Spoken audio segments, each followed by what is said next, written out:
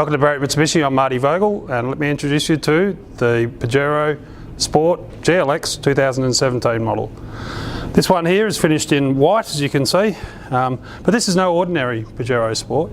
If you have a look around, you can see that you've got a tinted bonnet protector, okay, which obviously protects the front from stone chips and that sort of thing, but it also looks quite stylish. Contrasts really nicely with these 18-inch American racing wheels, which are fitted with an all-terrain tyre. One of the things I really like about these particular wheels and tyres is the offset. If you look down the side of the car, you'll see that they fill the guards out nicely and give it a real tough looking stance. You'll also notice that what we've got here is a genuine Mitsubishi snorkel, and that really adds to the look as well, in combination with giving a cleaner airflow for the engine. You'll see we've also fitted the weather shields, the tinted weather shields, and some window tint. This is one tough looking bus, and it is built for comfort, but it's also built for off-road ability. Coming around the back here, you'll see that we've fitted a genuine Mitsubishi tow bar. Now these have got a 50 by 50 mil home and race style tow bar tongue, and they have a 3.1 tonne towing capacity, and they also have a 310 ball weight. What that means is you can tow a very large caravan or a large boat. In the back, you'll see that this car is a 5-seater. The advantage of that is enormous amount of space. So Jamie's just going to have a look in there. What I'm going to do is I'm going to fold the seats down so you can really get an idea of how much space there is. Now if you want to go camping, get away with your friends, your family, you can get an enormous amount of gear in here. It's the perfect vehicle for touring. Now Jamie, if you just want to come around to the front here. One of the things I like on the Pajero Sport is that it's got a proximity key. So what happens is you have a key fob, and the key and the car recognise each other, and so you don't actually have to press a button on the key, just press the button on the door here, and that allows you to get in and out. Once you're inside, you simply put your foot on the brake, hit the start button, and away you go, you're ready for driving. Of course, to finish the drive, do the same thing, just hit the start button, stop button, that'll turn the engine off, get out, press the button and the car locks. You'll see inside that the GLX has got some really good standard features. So we've got a nice leather steering wheel here, got your cruise control here. This one also has what they call a speed limiter. So you'd be familiar with cruise control where you set your speed at 110 or 100 kilometres an hour and the car will maintain that. But what this speed limiter does is it allows you to set the speed at, say, the same sort of thing, 100, 110 kilometres an hour, but you actually drive the car normally. And what happens is when you get to that speed, it's like a soft limiter, it just won't allow you to go any faster. So it sort of prevents accidental speeding even when you've got sort of the control of still driving the car yourself through the hills and that sort of thing. Really good thing to have. If you get desperate for some reason, you need to make a manoeuvre and just hit the gas really hard and it'll override that. Got your paddle shifters here. You've got your minus on this side and your plus on this side. So what happens with this is that you can be driving along and decide that you want to have a bit of manual control. You might be in 8th gear because it's an 8-speed auto, and you might tap this button. It'll show you on the dashboard here that you're in 8th.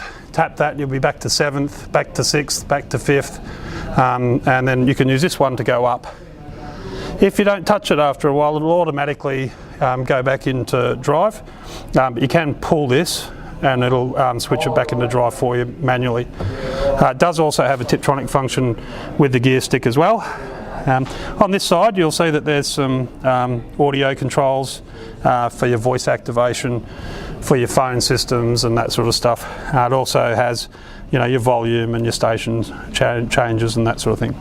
It does have an electronic park brake, which is much better than the old school. The good thing about this one, it never really feels like it needs adjusting. You just hit the button and it goes on properly first time every time. Next to that you've got some terrain response. So there's the first button here is your terrain response button.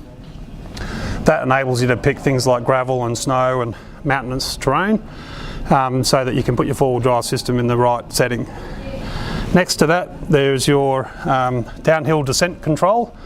It's a bit like cruise control for off-road. So if you get to the top of a really steep decline and you're going to go down it and you're a bit concerned, hit that button, come to a complete stop, hit that button, and then the car will control the rate of descent, which is a really safe feature to have.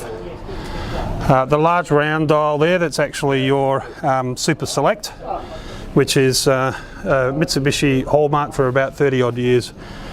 What that enables you to do is driving too high when the weather conditions are great, like it is today. The advantage of that is better fuel consumption, but you can move into 4 high on the move up to 100 kilometres an hour, giving you much better safety in slippery conditions. The reason you can do that is because it has a centre differential. When you get into more serious off-road conditions, you come to a stop and you can lock the centre diff and also go into a low range setting. Okay, so that's your four-wheel drive system, which is one of the best available on the market today.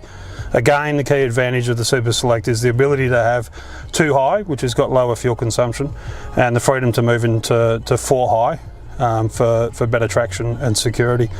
I really like the style of this. It's a nice little stubby shifter, so it's pretty modern, as is the overall design layout of the vehicle. Further to that, what we've got here is a 7.1 inch touchscreen. It's a bit like an iPad when you look at it, and the graphics are really tight. Go to the home button, you can see it has a very similar action to your iPads and those sorts of tablets. Got some really good features in here. Obviously the normal things like you can connect your iPod or any sort of USB for music and that sort of stuff. Your phone, you can channel things through your phone. It's also got DAB, which I really like, which is digital audio broadcast. The advantage of digital audio broadcast is the quality of the sound is really good. But rather than just having all the normal suspects for your radio, your FM channels, you've got things like, look at this, 80s, that's a bit of me. And you've got 90s, you've got a whole heap of different genres. You can see that somebody who's been driving this one has liked a bit of horse racing possibly, because there's a couple of racing tabs in there. But the quality of the music again is first class. You get your little grace notes with your what song's playing and all that sort of stuff. So obviously you've still got your AM and your FM, but the digital audio broadcast just gives you that extra option in terms of what you want to listen to. Now I don't have my cord to plug in right now, but you can see here it's got an app button, and one of the great things about that is if you choose to plug your phone in, and it doesn't matter whether it's a Apple product or whether it's a Android product, it'll still work the same.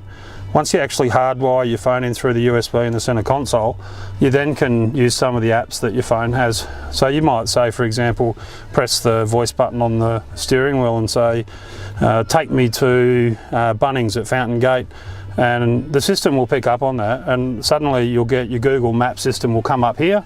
It'll look like a sat-nav system, and it'll show you the time. It also the traffic allowance, so if there's a little worm or whatever you want to call it, will change colour. So if it's really heavy traffic, it'll show it as being red or yellow or orange.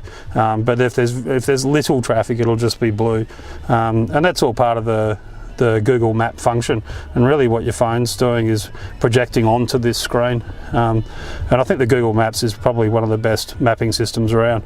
I think the fixed sat-nav systems using discs and SD cards, which are expensive to replace, have really been outdated by this sort of system.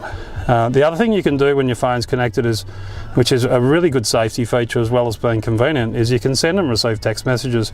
So I could press my voice button and say, send a message to Harry, who's a friend of mine, and it'll say, what would you like to say? And I can just say what I want to say, and the voice recognition is really good. The days in the past where they didn't work too well are sort of getting behind us now, and it'll send the text message, and if anybody sends a text message back, it'll come down a little drop screen, you touch it and it reads it out for you. So I reckon that's a really great feature. So overall, I'd rate this system here as one of the best that's available on the market today. You can also see you've got a climate control system here, which is great. It does have some rear air conditioning as well, which there's a switch for here, and that travels through the roof and looks after your rear occupants. Up the top here, Jamie, if we just have a look, you can see you've got a massive sunglass holder, which is really cool. so there's plenty of space in there to put the biggest set of sunnies. Overall, this car's in excellent condition. I mean, it's done 10,400 kilometres, you know, so it's virtually a new car. It's barely run in. And I've got to say, with the small things that we've done to this car by putting those wheels on it, and the snorkel and the bits of protective plastic and whatnot, it really makes this car stand out. Next thing we're going to do is we're just going to have a bit of a look under the bonnet. We'll talk about the mechanical side of it. Okay, so what we've got here is we've got a 2.4 litre turbo diesel engine. Now, this was introduced by Mitsubishi about 3 years ago. One thing we know about this motor is it's incredibly reliable. We've really had no issues to speak of with this engine in terms of its mechanical reliability. You'll see here you've got a high mount turbocharger. This is what they call a VGT turbo. So it's a variable vane geometry turbo. So inside these turbos there's little blades, a bit like a fan. And so what happens that in this turbocharger, the blades can vary their pitch. And so what that does is enables the boost to actually be artificially high by the pitch on the blade. And so what that does is it reduces lag, increases horsepower and torque, which is really important, but it also reduces fuel consumption. Overall, this motor is a fantastic motor, extremely smooth. It's actually nowhere near as loud as a lot of the diesels on the market today. I've had a lot of customers who've driven these cars comment on how surprised they are about the low levels of noise, vibration and harshness coming from this engine. So it does have obviously some diesel noise, but it's nowhere near as loud as some other engines. Power delivery is strong from low down the rev range. It's combined to an 8-speed automatic, and obviously with an 8-speed automatic, the advantage is that you've got more closely stacked. So you've got a powerful, torquey motor. It produces about 430 Newton meters, which is plenty. But you've got a nice close ratio 8-speed gearbox, which just keeps the thing humming along beautifully. The fuel consumption's incredibly good. It's one of the class-leading fuel consumptions on the market, and it also has one of the tightest turning circles on the market too. So parking at the shops and that sort of stuff is very, very easy. Mitsubishi do back their cars with a 5-year, 100,000 kilometre warranty. You would get the remainder of that. You would also get the remainder of your 4-year roadside assistance and your 3-year cap price servicing. We do offer a mechanical protection plan, so I would encourage you to speak to the salesperson when you inquire about that.